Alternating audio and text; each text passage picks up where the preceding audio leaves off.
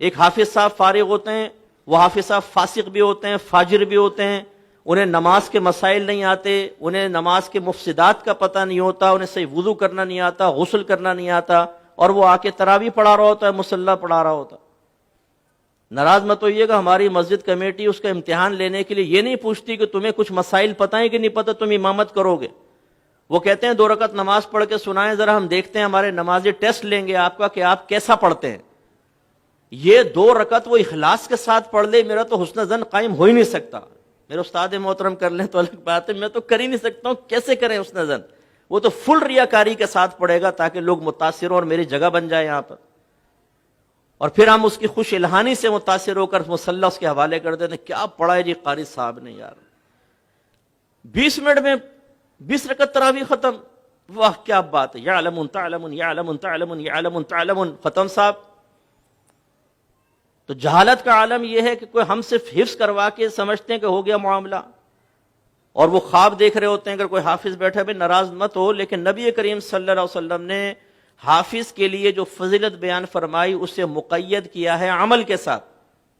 رحمت کونین صلی اللہ علیہ وسلم ارشاد فرماتے ہیں کہ جس نے قرآن کو یاد کیا پھر اس کے حلال کو حلال اور حرام کو حرام جانا، وہ بروز قیامت اپنے خاندان میں سے 10 ایسے افراد کی شفاعت کرے گا جن پہ جہنم واجب ہو چکی ہے۔ تو یہ حلال کو حلال، حرام کو حرام جانا تو بیچ میں سے ہٹا دیا۔ جس نے قرآن حفظ کیا 10 کی شفاعت کرے گا۔ حافظ صاحب چوڑے ہو کے گھوم رہے ہیں، یہاں تراویح پڑھائی، 27ویں میں شیو کر کے زمزم پہ پہنچے ہوئے بہنوں کی زیارت کے لیے، طارق روڈ پہ پہنچا ہوا ہے وہ یاترا کرنے کے لیے پوری رات۔ یہ حال ہے ہمارا۔ تو ناظرہ حفظ، اس کے بعد 6 کلمے، ایمان مفصل، ایمان مجمل۔ یہ 6 کلمے نبی کریم سے منقول نہیں ہے، تو بعد کی ایجادات ہیں۔ ایمان مفصل، ایمان مجمل بعد کی ایجاد ہے، یہ بھی نہ یاد کریں آپ 6 کلمے۔ یہ جو بے وقوف قسم کے بعض لوگ ہوتے ہیں جو ان 6 کلموں کو کسی انسان کے مذہبی ہونے کا معیار قرار دیتے ہیں۔ اچھا دوسرا کلمہ سناؤ ذرا، آپ نے سنا؟ ہاں ٹھیک ہے ٹھیک ہے ٹھیک۔ اچھا چھٹا کلمہ سناؤ، سنا دیا، واہ واہ ماشاء اللہ، بھائی اس کلمے سے کیا ہوگا؟ اچھا ترجمہ پوچھ لو ذرا، رٹا ہوا ترجمہ بھی سنا دے، تشریح پوچھ لو ذرا، کچھ پتہ نہیں۔ تو سمجھانا یہ مقصود ہے کہ ہم لوگوں نے اس وقت جہالت اتنی عام ہے، اور وجہ اس کی کیا ہے کہ ہم نے چند چیزوں کو دین کا نام دے دیا بس۔ ہمارے مدارس کے اندر جو حفظ قرآن کے اس میں بھی ایسے ہو رہا ہے کہ بچوں کو حفظ ناظرہ کروا دیا، اس کے بعد مسائل نہیں۔ نتیجہ نکلتا ہے کہ معاشرے میں جہالت کی وجہ سے بگاڑ پیدا ہوتا۔ سب سے بڑا بگاڑ علم کی کمی کی بنا پر ہے۔ آپ کے نبی کریم صلی اللہ علیہ وسلم نے فرمایا طلب العلم فریضۃ علی کل مسلم، علم کا حاصل کرنا ہر عاقل بالغ مسلمان مرد و عورت پر لازم ہے۔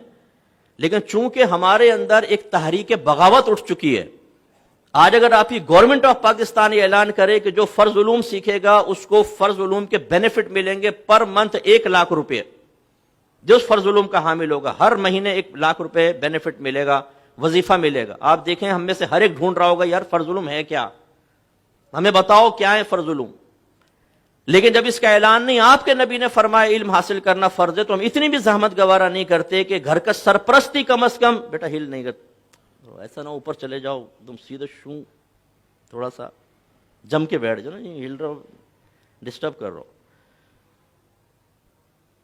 تو گھر کا سرپرست بھی اس چیز کو سمجھنے کے لیے تیار نہیں ہے کہ مجھے علم سیکھ کر اپنے بچوں کو سکھانا چاہیے، وہ بھی بیچارہ ایسے ہی ہے۔